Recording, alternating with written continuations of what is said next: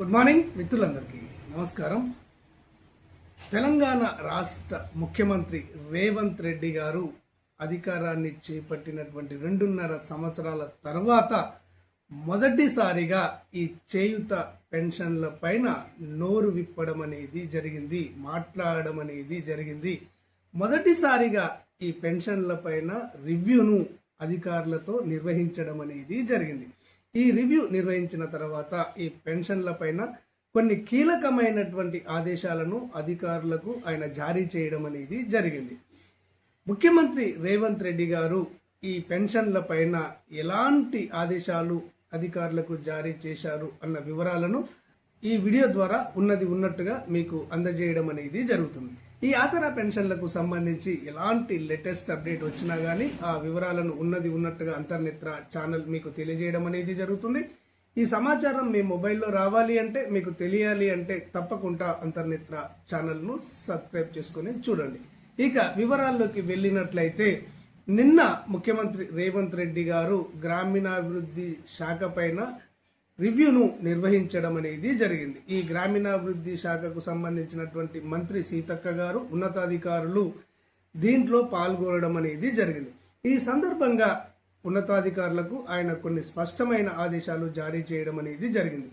చేయూత పెన్షన్దారులందరికీ కూడా ఈ పెన్షన్లను పంపిణీ చేసే విధానం ఒకే విధానం ద్వారా ఉండాలని, ఒకే విధంగా పెన్షన్లను పంపిణీ చేయాలి అని చెప్పేసి ఆయన అధికారులకు ఆదేశాలు జారీ చేయడం అనేది జరిగింది.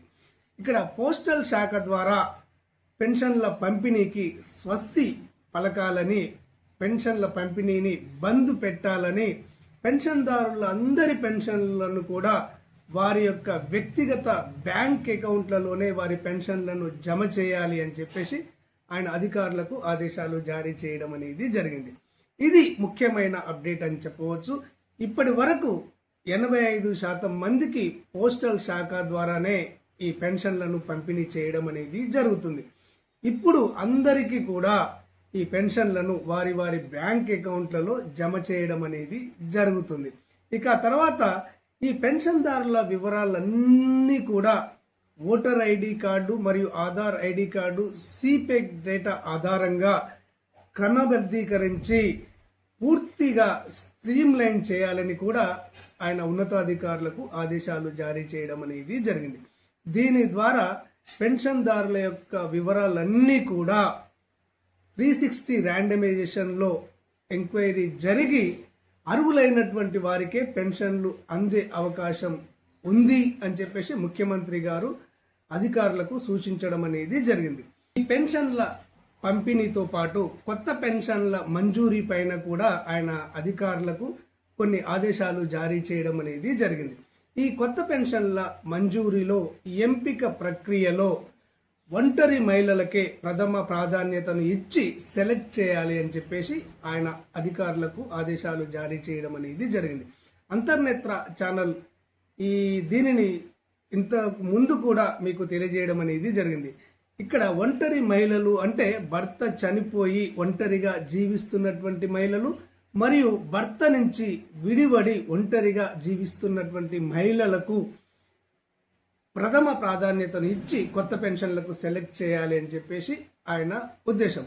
ఎందుకు వీరికి ప్రథమ ప్రాధాన్యతను ఇవ్వాలి? ఈ ఒంటరి మహిళల్లో కూడా అంటే ఇక్కడ వితంతువులు మరియు భర్త నుంచి విడివడినటువంటి మహిళల్లో కూడా ఎవరికి ప్రథమ ప్రాధాన్యతను ఇవ్వాలి అంటే అండర్ 14 చిల్డ్రన్స్, 14 సంవత్సరాల లోపు చిన్న పిల్లలు ఉన్నటువంటి భర్త చనిపోయిన మహిళలకు అయినా గానీ, భర్త నుంచి విడిపోయినటువంటి మహిళలకు అయినా గానీ మొదటి ప్రాధాన్యతను ఇచ్చి ఈ ఆసరా పెన్షన్లకు సెలెక్ట్ చేయాలి అని చెప్పేసి ఆయన ఉన్నతాధికారులకు ఆదేశాలు జారీ చేయడం అనేది జరిగింది. ఓకే ఫ్రెండ్స్, క్లారిటీగా అర్థమైంది అనుకుంటున్నాను. మొత్తానికి ఆసరా పెన్షన్ల పంపిణీ అనేది ఒకే విధానం ద్వారా జరగనున్నది.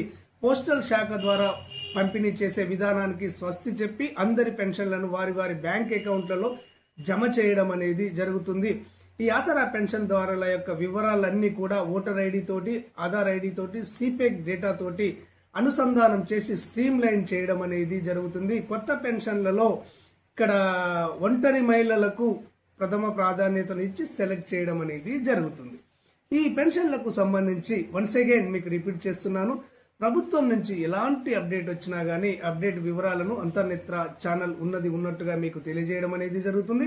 ఈ సమాచారం మీ మొబైల్లో రావాలి అంటే, మీకు తెలియాలి అంటే తప్పకుండా అంతర్నేత్ర ఛానల్ను సబ్స్క్రైబ్ చేసుకొని చూడండి.